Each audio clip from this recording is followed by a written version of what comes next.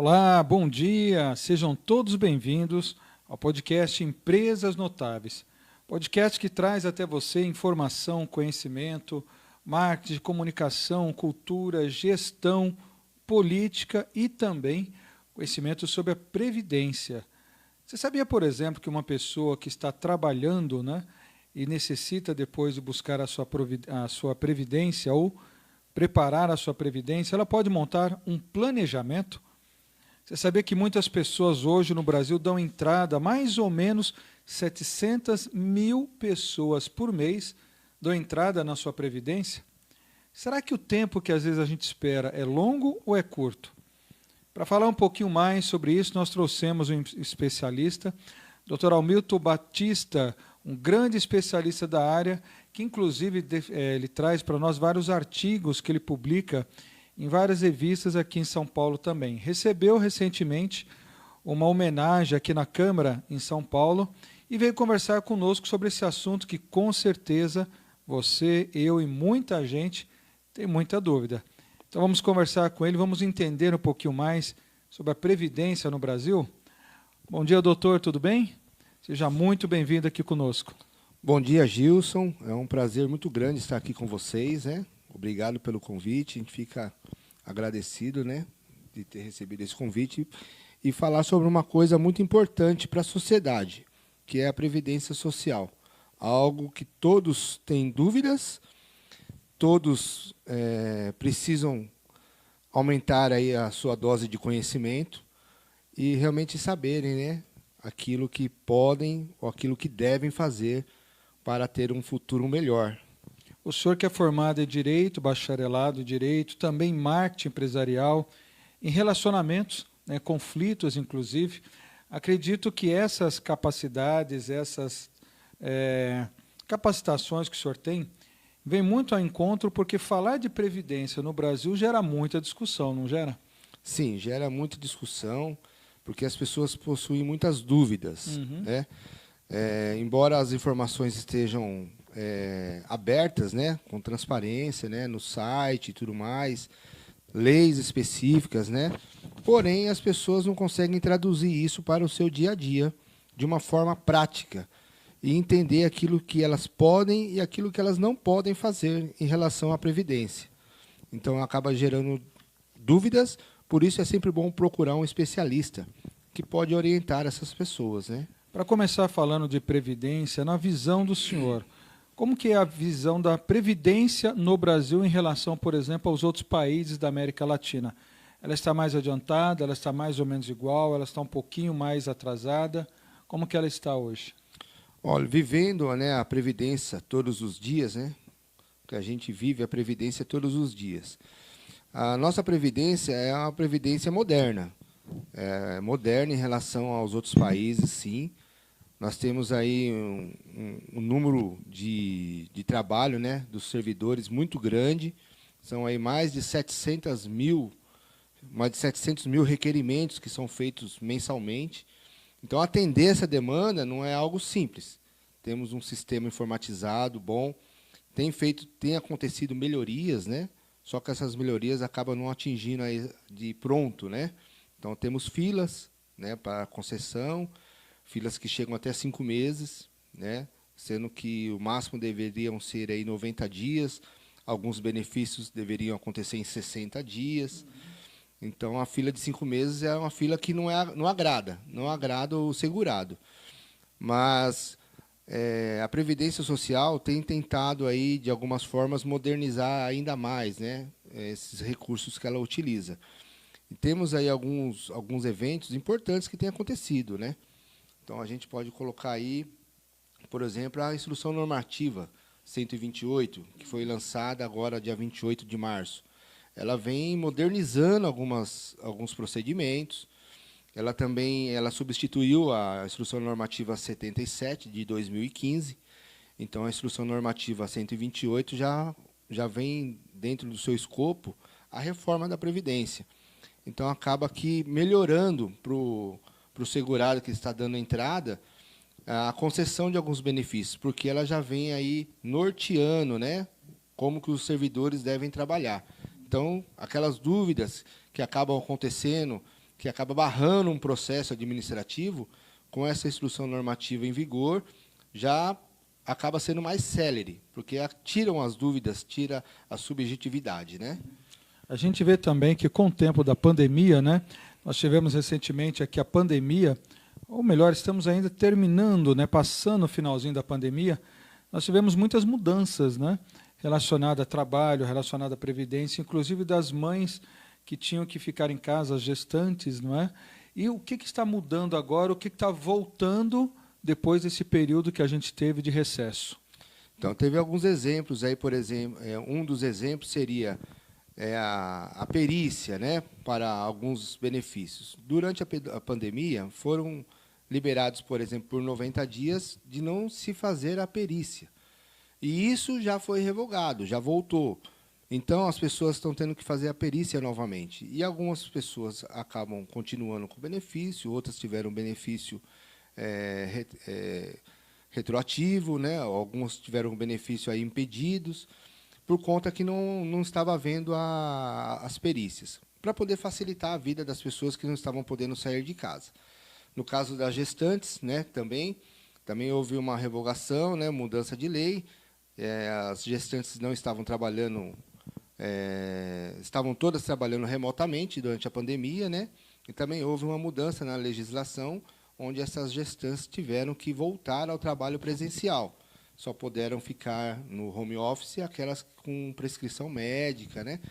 Então, é uma mudança, né? Então, a mamãe que estava antes trabalhando em casa, devido até uma questão de segurança, de saúde, né? Isso. Agora ela tem que voltar, não pode mais continuar, a não ser que tenha uma prescrição médica para isso. Exatamente, né? Então, a legislação mudou e as empresas já convocaram essas pessoas para voltar ao trabalho presencial. E se ela não tiver numa condição onde obrigue ela a trabalhar em home office, essas mamães têm que voltar.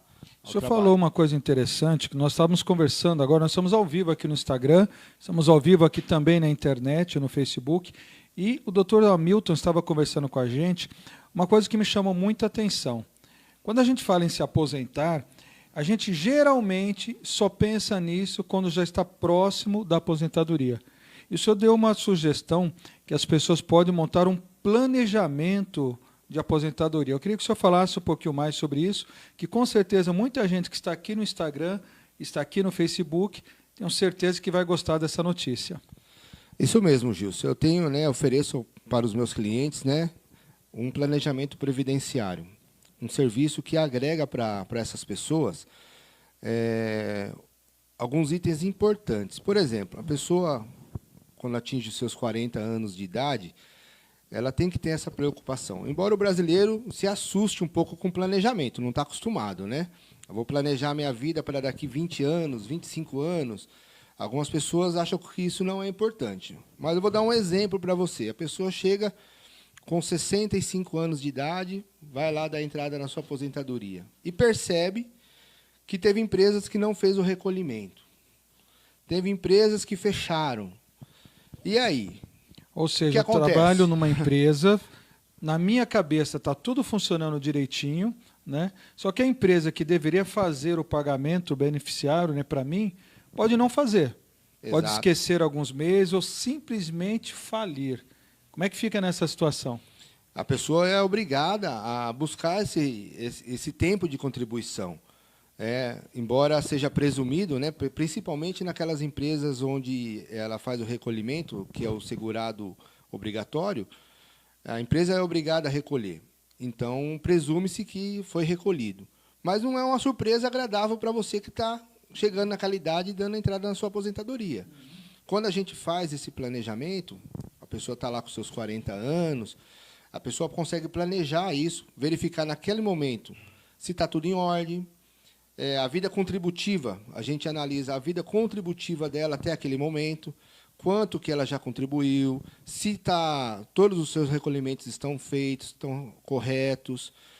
Se tiver algum desvio, já começa a corrigir naquele momento. E ainda, que é a melhor parte, você consegue planejar qual o valor de aposentadoria que você quer.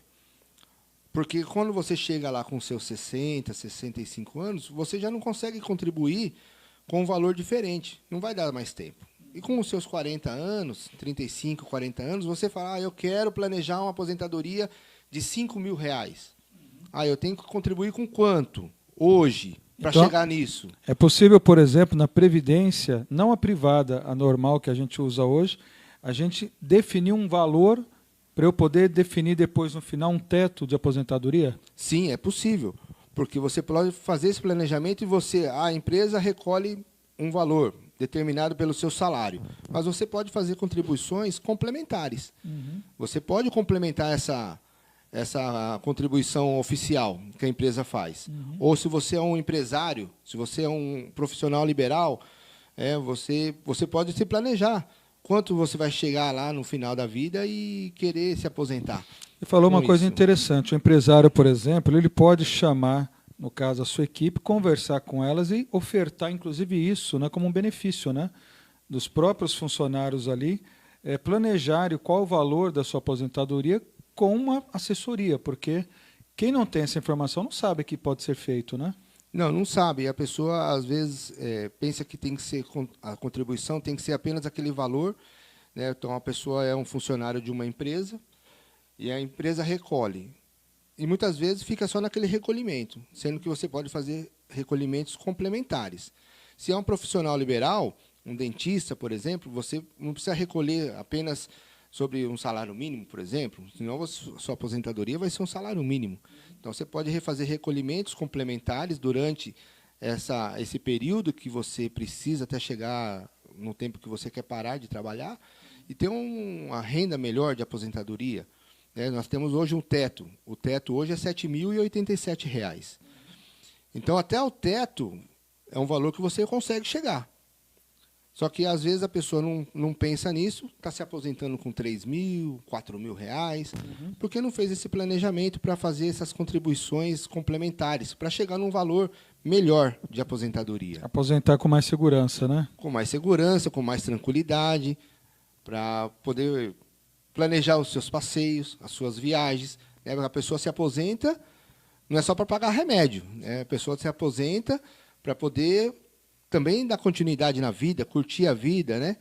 Então tem que fazer esse planejamento. E é muito importante isso. Uma pergunta que eu tenho, a gente está acompanhando o pessoal aqui pelo Instagram, você que está pelo Instagram pode mandar a sua pergunta também. Nós estamos ao vivo aqui também pelo Facebook. E uma dúvida que às vezes as pessoas têm é o seguinte: a pessoa, por exemplo, para ela trabalhar a sua aposentadoria, ela só pode estar fazendo isso se ela for funcionária de uma empresa, por exemplo?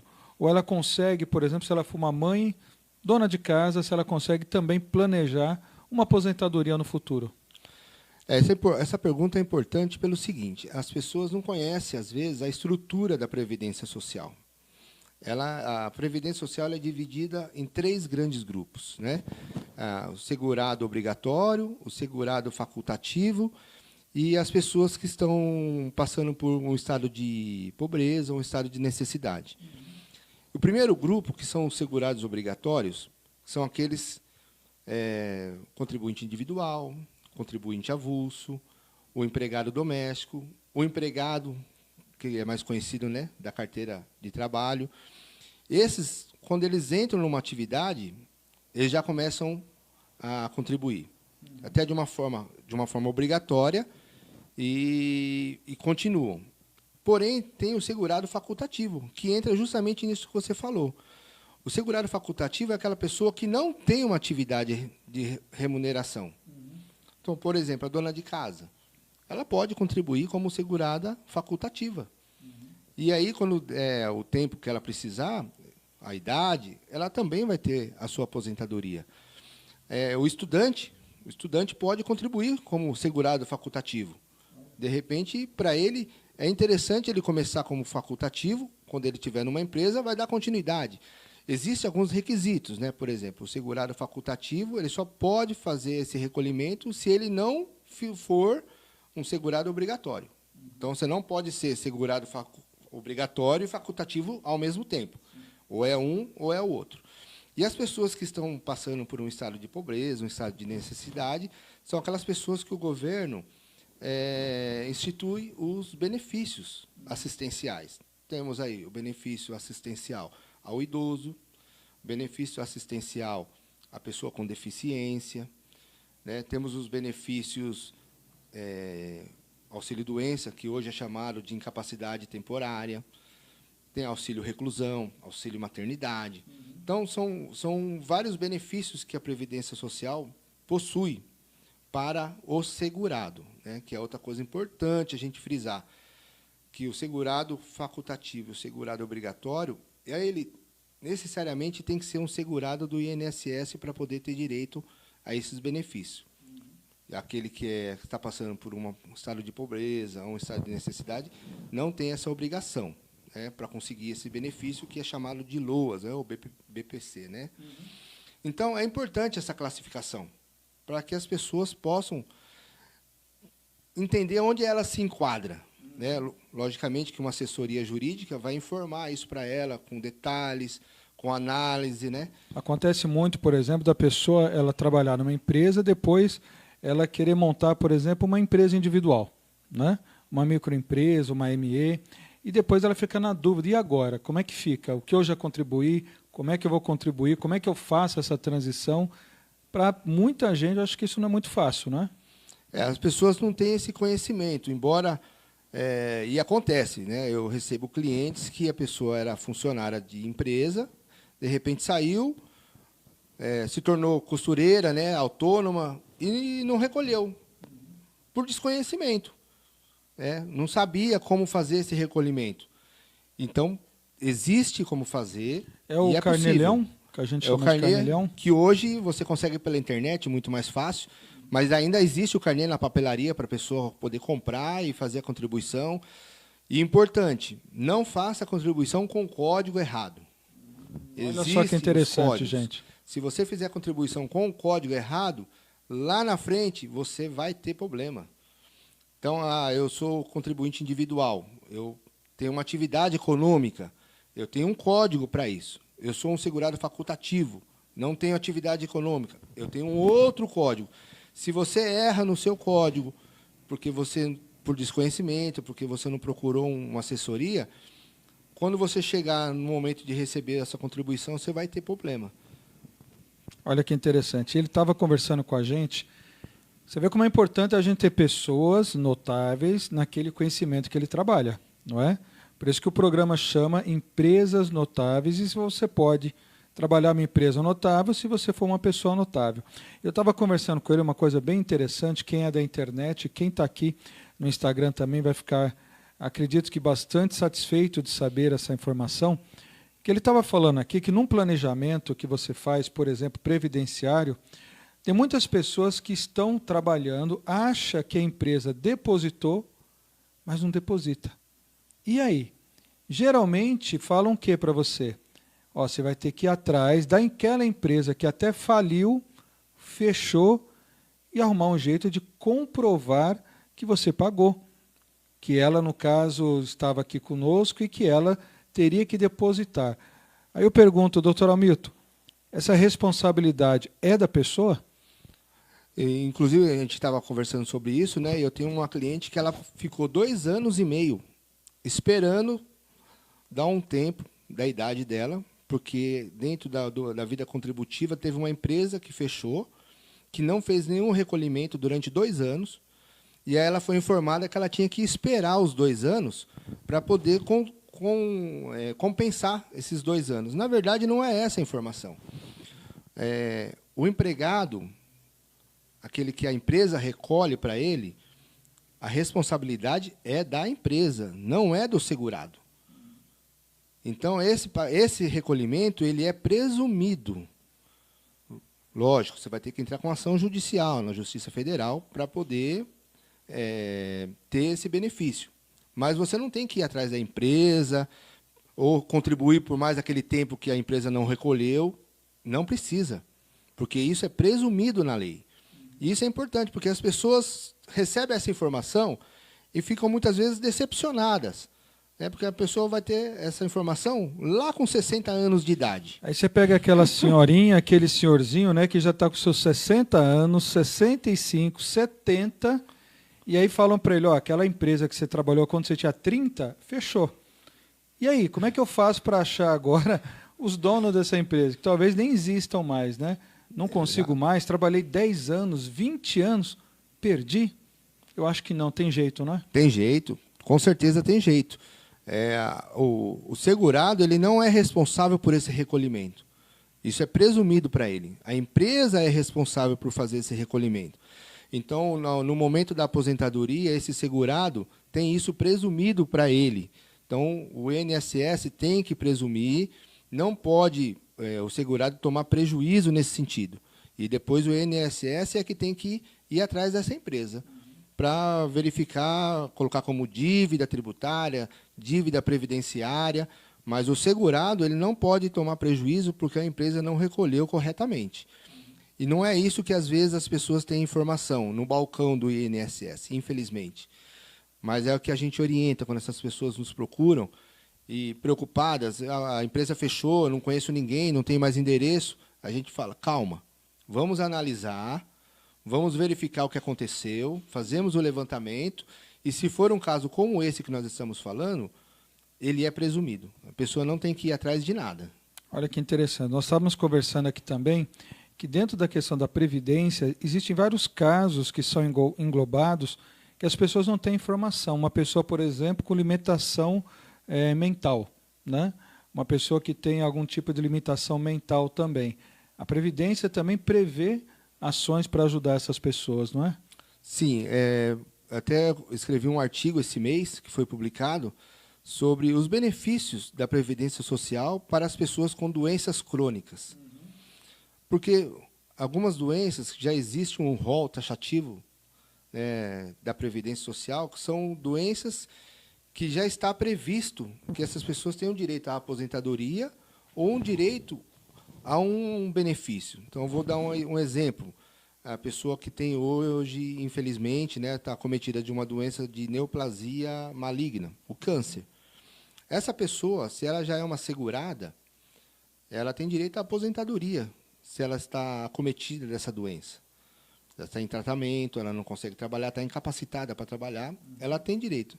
A pessoa que está acometida, por exemplo, com AIDS, também tem esse direito assegurado na lei. Então, isso é feito através de perícia, vai passar por uma perícia, vai levar os laudos, o médico vai analisar, mas está previsto na lei esse direito. A pessoa que não é segurada, mas possui uma deficiência, essa pessoa ela também tem direito ao benefício previdenciário de auxílio assistencial à pessoa com deficiência.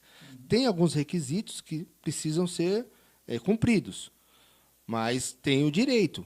O que precisa é ser analisado o caso dessa pessoa e verificar se ela atende os outros requisitos para que ela possa receber esse direito. Ou seja, cada caso tem que ser analisado especificamente, né? Exatamente. O direito existe. Temos que pegar o caso concreto e colocar dentro da lei. Se atender os requisitos, tem que dar entrada e requerer. E olha que interessante, nós estávamos recebendo as perguntas aqui no Instagram, tem várias pessoas aqui conosco aqui, que estão nos acompanhando. Muito bom dia a vocês que nos acompanham pelo Instagram, acompanham o programa Empresas Notáveis, e recebemos uma pergunta interessante. É de uma pessoa que ela está aposentada, no caso por invalidez, e está querendo abrir uma empresa, um negócio próprio. Como que fica uma pessoa que ela está aposentada por invalidez e quer, no caso, abrir uma empresa particular, pode ser um salão de cabeleireiro, pode ser uma oficina de costura, qualquer coisa que seja nesse sentido. Ela continua com a aposentadoria dela? Isso é importante, Gilson, porque são dúvidas que as pessoas possuem e que, às vezes, a pessoa faz algo que prejudica ela mesma. A pessoa está aposentada por invalidez. Se ela tem condições de trabalhar, esse caso vai ter que ser analisado por quê? Porque se o trabalho dela for em relação àquela invalidez que ela tem, ela não pode. Porque, senão, ela não pode receber uma aposentadoria e trabalhar naquilo que prejudica ela. Então, tem que ser analisado isso. A pessoa não pode fazer isso, porque, senão, ela vai perder a aposentadoria dela. Não são todos os casos, mas tem casos que a pessoa se aposentou por um problema de coluna. Sim. Aí, de repente, está trabalhando em um lugar onde afeta essa coluna dela. Ela não pode. Porque se ela consegue trabalhar, o benefício dela, a aposentadoria dela vai ser revogada. Não se justifica, né? Não se justifica. Então, vamos supor que a pessoa, por exemplo, ela se aposentou porque ela sofreu um acidente e perdeu o pé, não é? Então, ela perdeu o pé, ela pediu ali a aposentadoria dela. Porém, ela pode arrumar um outro trabalho que utilize só das mãos, por exemplo. Talvez nesse caso poderia ser. É um caso que pode ser analisado, e se não for conflitante, aí poderia acontecer. Que não pode ter conflito.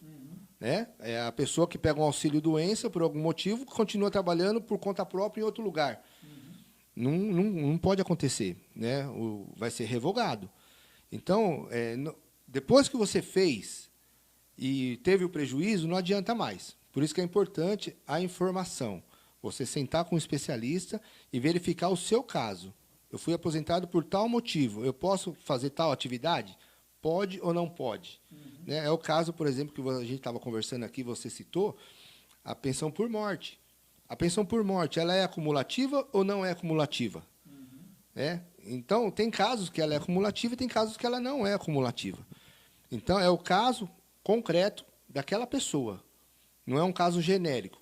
A lei trata genérico, mas os casos individuais, eles têm que ser tratados individualmente. Olha que interessante, gente. Você vê quantas coisas a gente tem dúvida? A Maria Aparecida está perguntando aqui para a gente. Doutor, mudou alguma coisa na aposentadoria da contribuição? Sim, e o que mudou? Sim, mudou. A aposentadoria por tempo de contribuição, na verdade, depois da reforma, podemos dizer que ela se extinguiu, né? Porque as pessoas que têm tempo de contribuição são aquelas pessoas que vão entrar no pedágio 50%, no pedágio 100%, porque as pessoas que entraram depois, agora, da reforma, que tem seu início de trabalho após a reforma, o tempo de contribuição já não existe mais, porque precisa ter os 65 anos de idade. Então, a pessoa não consegue mais se aposentar por tempo de contribuição, infelizmente. Existe a modalidade, mas você não atinge ela, porque você vai ter que atingir a idade. Então, as pessoas que têm lá o seu contrato, começaram antes da reforma, são as pessoas que estão se aposentando agora, nos próximos 10 anos, ainda existe a aposentadoria por tempo de contribuição. Mas, na prática, as pessoas que começaram a trabalhar agora, após 2019, o tempo de aposentadoria por tempo de contribuição não existe mais. Ou seja, foi uma ação que vai mudar daqui para frente tudo, né? Tudo, muda tudo. Né? Muda tudo. As pessoas que já têm o direito adquirido ainda continuam pagando pedágio, né? 50%, 100%, transição de pontos. Né? Você ainda continua com esse tempo de contribuição. As pessoas que estão entrando agora, após 2019, já não tem mais essa modalidade de aposentadoria por tempo de contribuição. Insalubridade, doutor. Insalubridade é uma coisa que eu acredito que muita gente deva ter dúvida ainda, né? Será que o meu trabalho é insalubre? Será que não é? Será que eu entro com esse pedido, que eu não entro? Será que isso vai ser bom, vai ser ruim? Qual a sua visão sobre isso? Os ambientes insalubres, eles são detectados, né? São comprovados por perícia, por peritos, né? Então, a pessoa ela tem que ter um laudo de que aquele lugar realmente é insalubre, né? De acordo com a lei. Né? A lei prevê alguns requisitos para aquela área ser insalubre. Sendo insalubre, ele tem o direito. E esse direito é incontestável, porque o perito vai atestar isso. Então, as pessoas têm dúvida, porque, às vezes, na própria documentação daquele cargo, não paga-se, né, o insalubre, e a pessoa fica com dúvida. Essa dúvida é tirada através de perícia. E quando você fala de perícia, a gente vai pedir para fazer uma perícia, por exemplo, de previdência. Quem paga a conta? Essa foi uma mudança agora recente, uma lei recente que foi editada, onde agora, em ações judiciais, né, na Justiça Federal, as perícias vão ser custeadas pelo governo federal.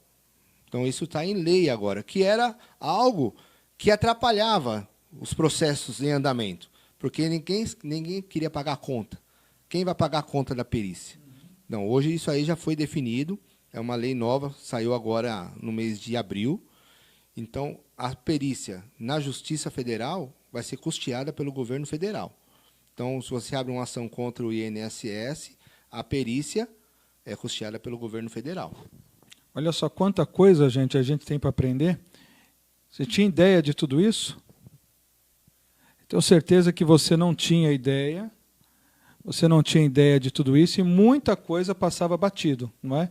Não espere até chegar próximo da sua aposentadoria para você ir buscar essas informações. O Dr. Hamilton comentou bastante com a gente sobre esse planejamento que pode ser feito e quanto antes melhor, né, doutor? Quanto mais cedo a pessoa pensar em fazer esse planejamento da sua aposentadoria, melhor, não é? Sim, quanto mais tempo essa pessoa tem, daqui para frente, ela consegue planejar melhor o resultado desse planejamento. Quanto menos tempo, menos oportunidades. Porque quando você tem 20 anos pela frente, você consegue planejar, separar um capital maior para você planejar o futuro, planejar a aposentadoria. E, às vezes, com um tempo menor, você não atinge. Porque hoje nós sabemos como que funciona. A pessoa, o homem, tem que ter 65 anos e pelo menos 20 anos de contribuição, após a reforma. Antes da reforma, 65 anos e 15 anos de contribuição. É a carência, 180 meses. Então, você tem que se planejar. A pessoa quer aposentar um pouquinho melhor, ela tem que fazer contribuições maiores. Então, se você tem um tempo maior, você tem... É um investimento. É um investimento, né? E, inclusive, no planejamento, a gente chama isso de ROI, né? Que é o retorno sobre o investimento. A gente consegue calcular esse retorno, se vale a pena fazer esse retorno ou se não vale a pena fazer esse investimento. Então, você tem essa informação. Eu vou investir quanto daqui até os meus 65 anos? Eu vou investir R$500 mil divididos em 20 anos? É um valor. Eu vou contribuir R$500 mil em 5 anos? É outro valor. E tem a pessoa que trabalha de noite, tem a pessoa que trabalha em lugares mais quentes, tem as pessoas que trabalham, por exemplo, em condições mais extremas. Cada caso é um caso, não é? Sim, porque as pessoas, dependendo da profissão da pessoa, entra nos regimes especiais, né? Então, por exemplo, médico, né? Medicina, radiologia, são aposentadorias especiais, elas continuam existindo. O tempo deles é de 25 anos. Então, são expostos a mais riscos, exatamente, né? São expostos, né? Área de indústria metalúrgica, dependendo da profissão, fundição, motorista, né? De caminhão, de ônibus, são aposentadorias especiais.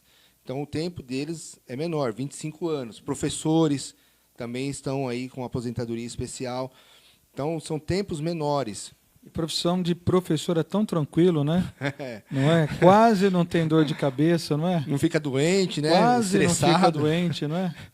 É uma profissão que exige muito da pessoa, né? Às vezes turnos diferentes, né? Lidar com as crianças não é fácil, né? A pessoa tem que usar muito dela, né? Então, psicológico, ainda mais hoje, que está mais difícil ainda. Está mais difícil, né? Então o tempo dele de professor é menor, é aposentadoria especial, né? Você viu quanta coisa, gente? Você achou que só tinha um tipo de aposentadoria, não é? Você achou, por exemplo, que dona de casa não podia se aposentar, não é? Tem como. Você viu quantas maneiras que a gente pode entender melhor a forma certa de aposentar? Doutor, para as pessoas que quiserem saber mais, conversar mais, entender mais sobre tudo isso, como é que eles podem conversar com o senhor? Então, eu tenho um site, né, www.hamiltonbaptista.jur.adv.br, é o meu site, pode ali encaminhar uma mensagem para mim. Tem o meu telefone, 011 95209 8021, e também tem o meu e-mail, hamiltonbaptista@gmail.com. Gostou da entrevista?